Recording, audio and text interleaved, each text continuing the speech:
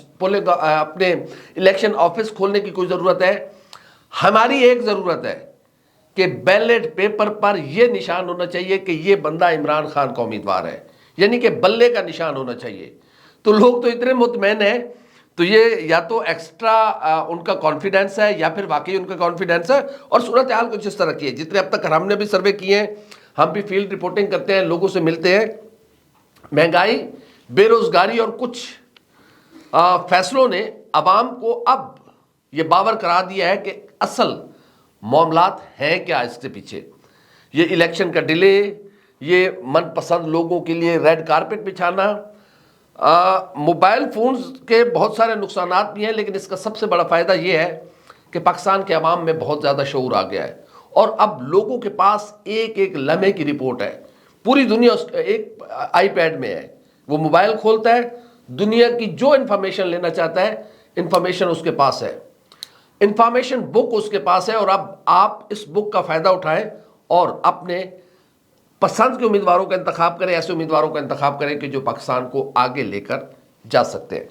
دوسری خبر ہماری یہ ہے کہ صدر مملکت عارف علوی نے نگراں وزیر اعظم پاکستان جناب انوار الحق کاکڑ صاحب کو خط لکھا ہے, جس میں انہوں نے ایک اور بھی خط شامل کیا ہے جو کہ پاکستان تحریک انصاف کے سیکرٹری جنرل عمر ایوب خان ہیں, ان کا خط بھی انہوں نے ساتھ ہی بھیجا ہے.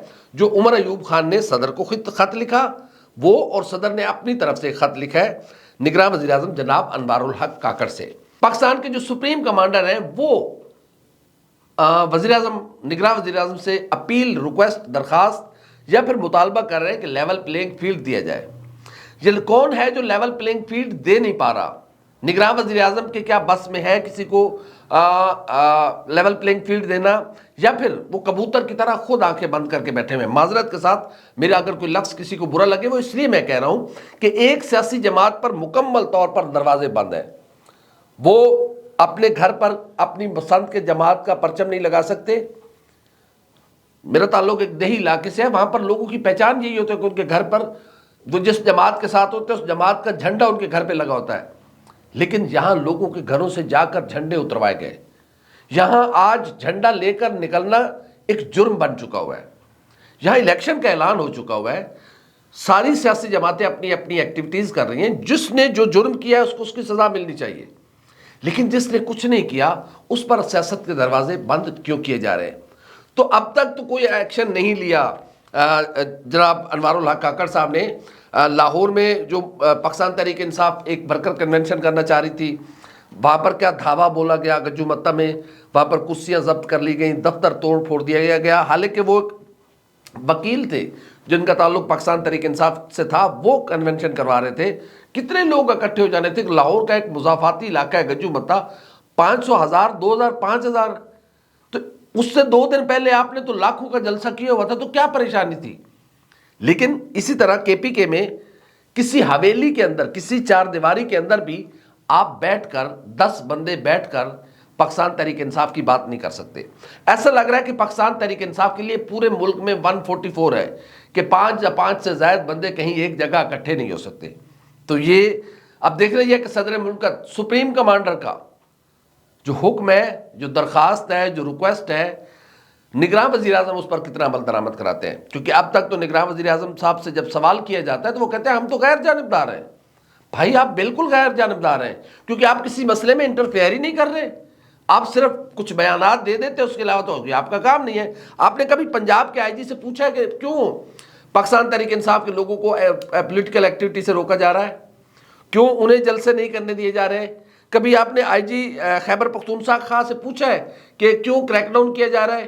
کیا جناب انوار الحق کاکڑ صاحب, آپ میرے محترم ہیں, کیونکہ آپ نگراں وزیر اعظم ہیں, ہمارے لیے قابل عزت, قابل صد احترام ہے, لیکن سوال کرنا بھی ہمارا حق ہے, اور یہ بنیادی حق ہے ہمارا کہ آپ نے کیا آئی جی پنجاب سے پوچھا کہ گزشتہ رات, 2 رات پہلے جو لاہور میں پاکستان تحریک انصاف کے ایک رہنما طاہر صادق کی گرفتاری کے لیے ایک ہوٹل پہ چھاپا مارا گیا, اور ہٹو بچوں کی صدا تھی اس ہوٹل میں. وہاں پر ظاہر ہے فیملیز بھی آ کر رکی ہوئی ہوتی ہے, لوگ اپنی فیملیز کے ساتھ بھی آتے ہیں, لوگ خود اپنے کام کاج سے آتے ہیں, چاہے وہ اکیلے رکے ہوئے یا فیملی کے ساتھ رکے ہوئے ہو. پولیس نے ہوٹل کے ایک ایک روم کی تلاشی لی کیا وہاں پر فیملیز ڈسٹرب نہیں ہوں گی؟ تو کیا آپ نے نوٹس لیا جناب انوار الحق کاکڑ صاحب، یا پھر آپ کے یہ واقعہ آپ کے علم میں بھی نہیں ہے؟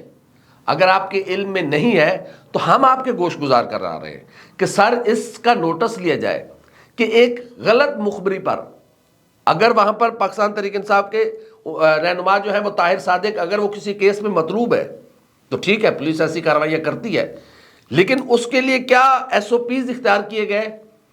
کیا وہاں پر کوئی پہلے وہاں جا کر ریسپشن سے معلومات لی گئی؟ ہوٹل کی انتظامیہ کی بات پر کیوں اعتماد نہیں کیا گیا؟ ایک ایک کمرے کی آپ نے تلاشی لی وہاں پر آپ کی پولیس نے، اور طاہر صادق صاحب وہاں پہ آپ کو نہیں ملے ایٹ دی اینڈ۔ آپ کہہ رہے ہیں کہ ہم نے پورے ہوٹل کی تلاشی لی، ہمیں نہیں ملے۔ وہ مخبر کون تھا؟ وہ جو جھوٹی خبریں آپ کو دے رہا ہے آپ کی پولیس کو، اس کے خلاف کیا کارروائی کی گئی؟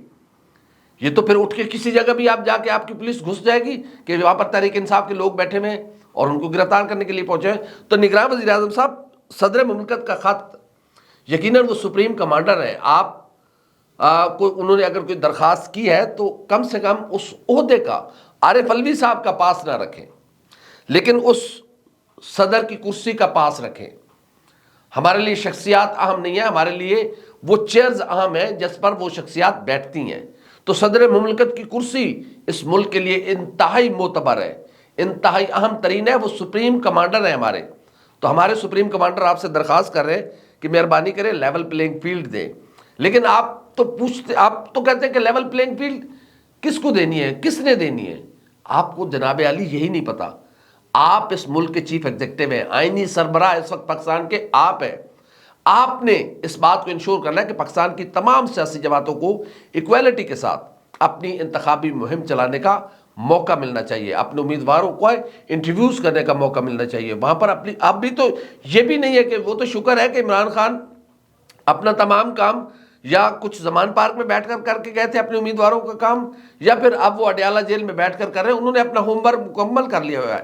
لیکن اگر درخواستیں کہیں پر اکٹھی ہوتی تو آپ نے وہ درخواست فارم اور وہ تو دفتر ہی لے کے ساتھ جانا تھا آپ کی پولیس نے۔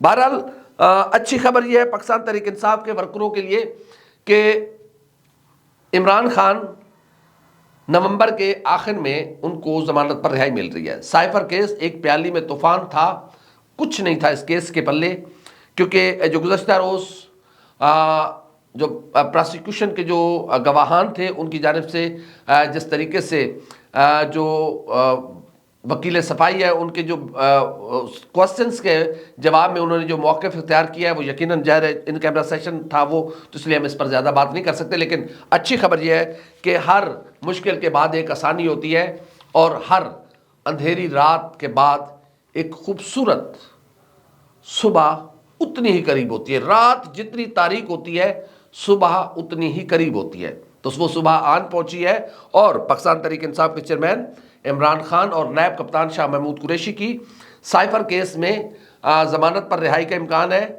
چونکہ جس طریقے سے یہ کیس آگے بڑھ رہا ہے، جس طریقے سے سارے معاملات ہوئے ہیں، تو اس میں اس بات کا کبھی امکان ہے کہ ہم نے عالمی قوتوں کو بھی منہ دکھانا ہے۔ ظاہر ہے پاکستان میں جو پولیٹیکل ایونٹس ہو رہے ہیں، ظاہر ہے الیکشن ہو رہے ہیں، تو پوری دنیا اس پر نگاہ ہوگی اس کاری، خاص کر وہ قوتیں جو پاکستان میں سرمایہ کاری کرنا چاہتی ہیں، وہ لوگ جو پاکستان میں سرمایہ کاری کرنا چاہتے ہیں، وہ دیکھیں گے کہ یہ الیکشن کس طریقے سے الیکشن ہو رہے ہیں۔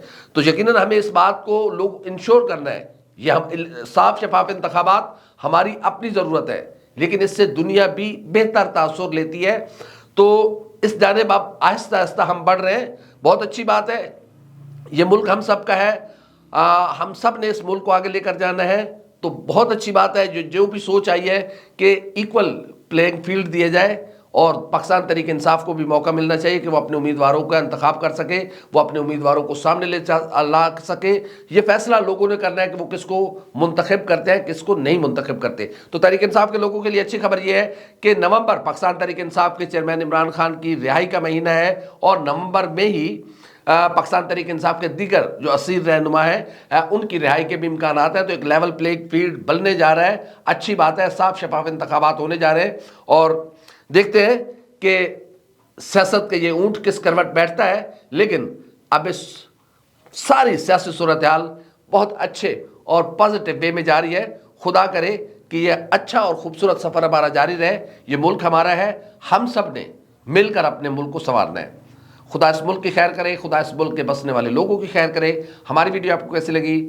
لائک کریں, کامنٹ کریں, سبسکرائب کریں, بیل آئیکن کے بٹن دبائیں تاکہ اندر جو بھی ہماری ویڈیو ہے وہ سب سے پہلے آپ تک پہنچے.